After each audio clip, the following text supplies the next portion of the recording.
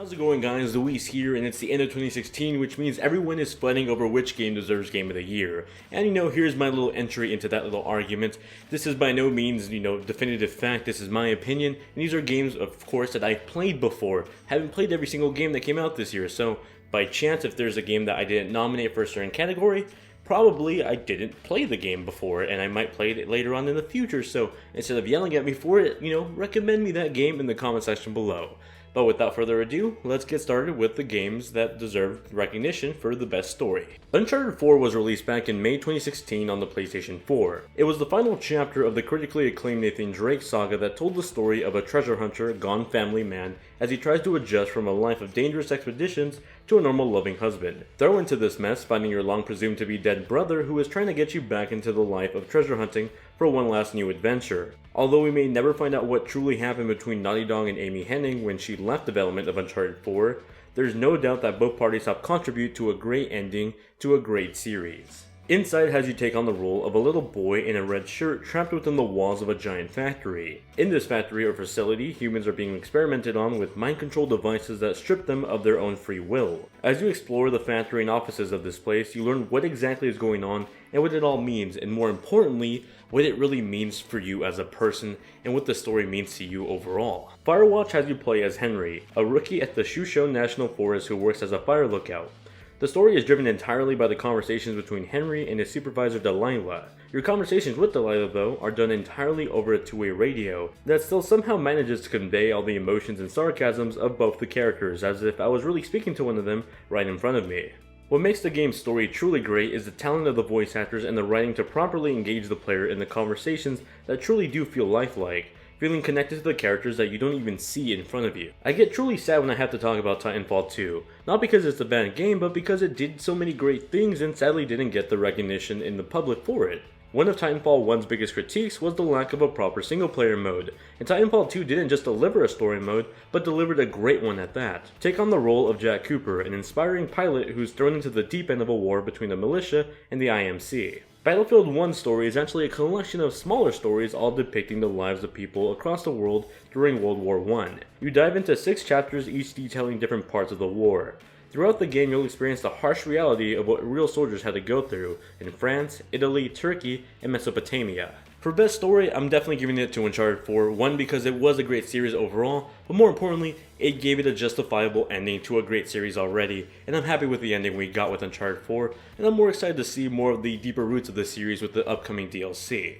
But now, let's move on to art style and art direction. Abzu was a beautiful looking game that takes you on an underwater exploration adventure. Throughout the game, you'll meet both small and large, breathtaking underwater creatures that span across the entire ocean. Abzu will take you on an adventure throughout the beautiful painting that is the sea. Inside's art style perfectly conveys the dark and lonesome atmosphere that the game takes place in.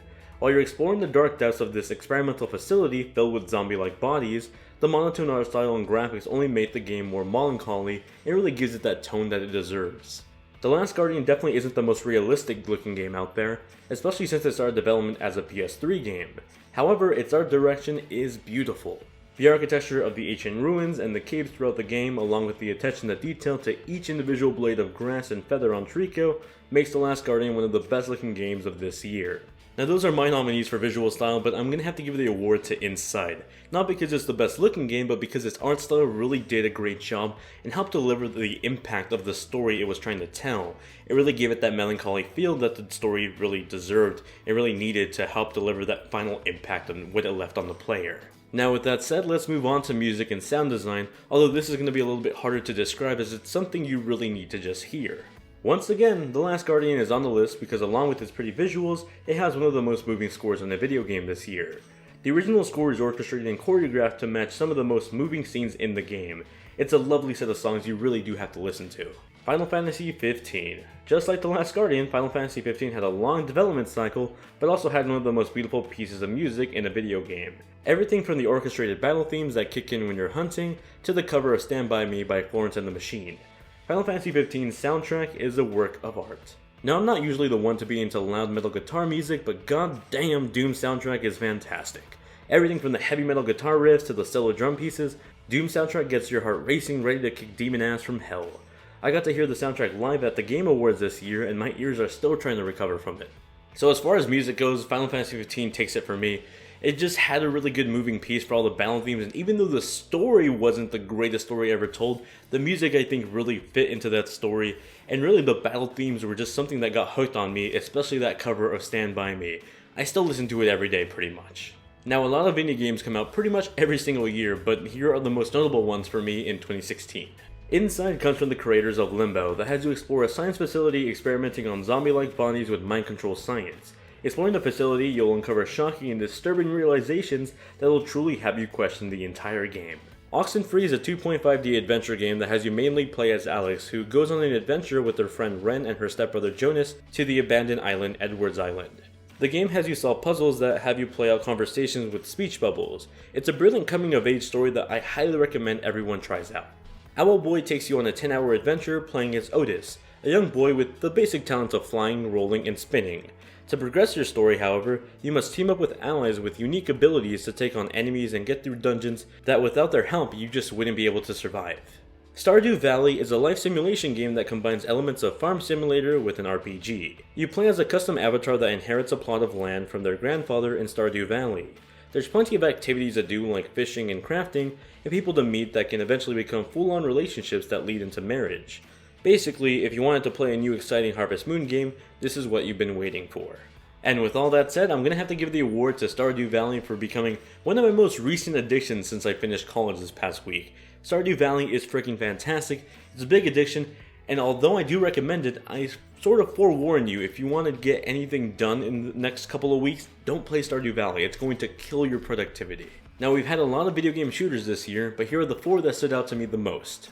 Titanfall 2 took everything done with the original Titanfall 1 and added in a single player campaign that everyone wanted that was missing in the original game. Furthermore, the campaign was some of the best single player gameplay in a shooter this year, along with new game modes and improvements to the multiplayer mode, like the Bounties game mode and the grappling hook add-on. It took everything right from the first game and fixed all the issues people had with it to create this brand new, awesome game. Battlefield 1 challenged developers to create something new with a completely new setting that hasn't been visited in years. The World War I backdrop allowed DICE to create one of the more interesting campaigns that Battlefield has seen in years. Along with the campaign came a new multiplayer mode that combined new locations and time frame with addictive new game modes like the new Operations mode that I'm still playing to this day. What is one to say about Overwatch other than how much of a success it's been in the gaming community? The game launched back in early 2016 and is still getting new content from Blizzard to this day. Every holiday season, players can expect new seasonal exclusive content that gets players eager to play Overwatch once again. Many people called Overwatch a TF2 clone at launch, but by the end of 2016, it became apparent just how much more it truly was. Lastly, there's Doom, a game that had many people worried when review copies weren't sent out ahead of time, but later proved itself to be one of the best shooters of 2016. Along with its great level design, gunplay, and heart-pounding soundtrack, Doom truly felt like the proper homage to the classic Doom many gamers first played on their computers as younger kids. For this category, I'm going to have to give it to Overwatch, not because it's the most popular game in the nominees, but because it's the most impactful on the gaming community in more or less my life. It's the game I've been coming back to ever since launch, and although I love Battlefield 1, I love Doom, and I love Titanfall 2, I still find myself coming back to Overwatch even when I haven't played it in weeks. I come back to it just because there's some piece of content coming out, or my friends really want to play with me. Overwatch is simply that addicting. Now let's move on to the action-adventure category. Uncharted 4 once again claims to be one of the best games this year, bringing back the cinematic action set pieces that the series is known for, but for a whole new level with the PS4 backing it up. Ratchet and Clank is a reimagining or remake of the original Ratchet and Clank for the PS2. The reimagining is a tie-in with the Ratchet and Clank movie that came out this same year, but boy is this remake good. Cinematic cutscenes are pulled straight from the movie, along with upgraded visuals that make the gameplay look like you're playing a live-action Pixar film. Dishonored 2 is the long-awaited sequel to Dishonored, but this time you're playing as Emily. The game takes place for the most part in the coastal city of Karnaka that uses wind turbines to power the city. The sequel takes a lot of what was great about the original game and adds on improvements to the stealth and abilities available to you, along with a new setting and new playable characters. For this category, I'm going to have to give it to Uncharted 4 for not only just taking you on a cinematic adventure, but all the crazy action set pieces that it gives you that not only defines this year alone, but defines the series alone. Now let's move on to RPGs, possibly one of my favorite genres of this year. After 10 years of development, Final Fantasy 15 was released, and it definitely delivered on being a new type of Final Fantasy that tried to cater to old fans of the series while attracting new players like myself into the series. Swapping turn-based battles for action RPG mechanics, Final Fantasy XV felt much more like a modern Final Fantasy game in combination with a lot of the battle mechanics of something like Kingdom Hearts. Tokyo Mirage Sessions was a collaboration between Atlus and Nintendo that brought the characters and settings of Fire Emblem to the gameplay mechanics of Atlus's SMT series and technically sort of the Persona series. While many might say that the Wii U was pretty quiet this year, I'd argue that Tokyo Mirage Sessions is one game you have to check out if you still want to get some life out of your Wii U. Pokemon Sun and Moon is the latest entry in the Pokemon series that really tried to change the formula of the RPG Pokemon game. No longer was there a gym system and no longer did it follow the basic structure of the previous main entry Pokemon games. The new story gave the characters more personality than the other games have before it, and overall it was a Pokemon game that actually got me back into Pokemon after being bored with the series for a while. Stardew Valley is your next life simulation addiction after you somehow manage to stop playing Animal Crossing into Tomodachi life. Stardew Valley is a modernized Harvest Moon that gives you a plot of land to tend to and care for as you grow your little farm in Stardew Valley. Fire Emblem Fates was a duo of games consisting of Birthright Conquest and the optional Conquest DLC. The game puts you in the shoes of Corrin, who is stuck between siding with their birth family and their adoptive family, who kidnapped them when they were just a child. Both sides are at war, and now it's up to you to decide who you'll be fighting for. This one is honestly very hard for me to choose, and quite honestly I would love to cop out and say Persona 5 because I actually have the Japanese version and played it already, so I would say Persona 5 if I can, but I guess I can't because it's not out for everybody. I'm going to give it to Final Fantasy XV, and I know a lot of people are going to hate that. I just really love the game so much, and I'm still playing it even after I've finished the campaign, beaten the game. I have my opinions of the ending, but I really liked Final Fantasy XV. That's the game I'm giving it to, but there were a lot of great RPGs that came out this year, some of which weren't even nominated within this video, so yeah. Now let's move on to multiplayer games, which there were a ton of this year, but this is what I boiled the list down to. Overwatch has had a major impact on the online gaming multiplayer community.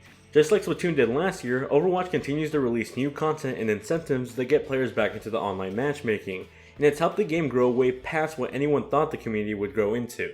Titanfall 2 is another great multiplayer game that definitely didn't get the recognition it deserved, taking the already great multiplayer mode from the original game and then bringing it over to the PS4.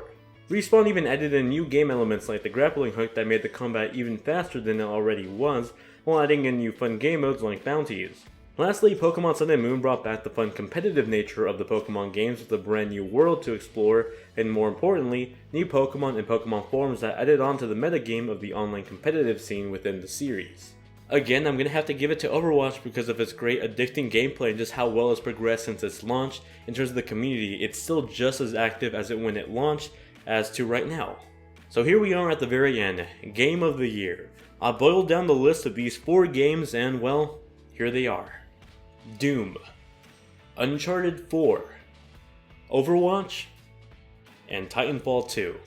These are the 4 games I truly got heavily invested to this year, and there are many other great games that came out this year that probably also deserve to be nominated, but this video can only be so long, and it's already pretty long, so here are the 4, and the one I'm giving it to, of course, Overwatch. Overwatch is a game I got heavily addicted to for the first 2 months it was released, and after that YouTube work and schoolwork got in the way of me playing it for fun in my own time. However, time after time, and with every new content released or every seasonal event, I find myself coming back for more in the same way I came back to Smash Bros. Every time a new character was released. Overwatch isn't the best looking or sounding game by any means, but it's the one that's kept me engaged the most. Whereas Doom, Uncharted 4, and Titanfall 2 were all great games, but none of those games felt like I needed to play them or wanted to play them again right away. For all these reasons and more, I give Overwatch Game of the Year in 2016. Now I asked you guys on social media what your guys' favorite games of this year were. Here below is what you guys had to say. Thank you to everyone that helped submit their own favorite games of the year, whether they were on this video at all or nominated at some point. I really appreciate it, and I like keeping that discussion going, so thank you to everyone that submitted something. If you enjoyed the video, drop it a like. If you want to share your own opinion and you didn't submit it before, drop it in the comment section below. I'd like to discuss any other games I may have not mentioned before because I've never played them before. And, maybe I'll, add more to the backlog for me to play in the comment section below. While you wait for my next video, here are the last 2 videos I worked on. I recently did a Q&A video where I answered some of your guys' questions from social media and even added a giveaway at the very end of that video. And I also did a little video on how to use Xbox One controllers on your PS4 and PS4 controllers on your Xbox One. Thank you all very much for watching. Hope you guys have a great day and a great holiday, and I'll see you guys in the next one.